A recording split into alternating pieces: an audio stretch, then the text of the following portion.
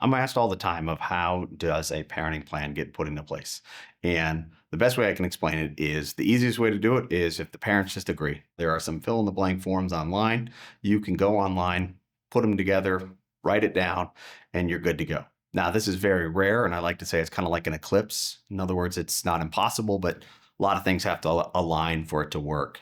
Reality is, if parents are splitting up, they're usually not on the same page of things. So, for them to come up with an agreement without any help doesn't always happen, but it can under some circumstances.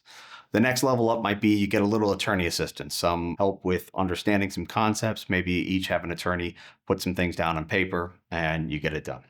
After that, you're going to be involved in mediation. Mediation is where a neutral third party who doesn't work for you, doesn't work for your spouse, will sit down with you and try to help you guys come to an agreement that you can ultimately present to the court. If that doesn't work, oftentimes you'll have a guardian ad litem or a child rep, depending upon the child's age. But a guardian ad litem, or a GAL, is appointed to essentially become the eyes and the ears of the court. And their job is to go out there, interview the parents, interview other potential people that could impact this decision, and then they make recommendations to the court. Now, I always tell people it's really, really important to understand that this whole process, there's only two ways that this gets done.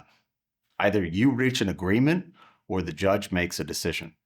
And it's really, really important to understand that the guardian ad litem does not make the decision. A lot of GALs feel like they make it, and sometimes parents feel like the GAL makes the decision, but they make recommendations. Ultimately, it's up to the judge to do it. Now, some judges essentially rubber stamp a GAL. Some judges will actually listen to other evidence presented. So it's important that you work with your GAL, try to get the best recommendation, but if you don't agree with that recommendation, there are additional things you can do beyond the GAO. It's important that you have a good legal team that can go over those options for you and present them to you.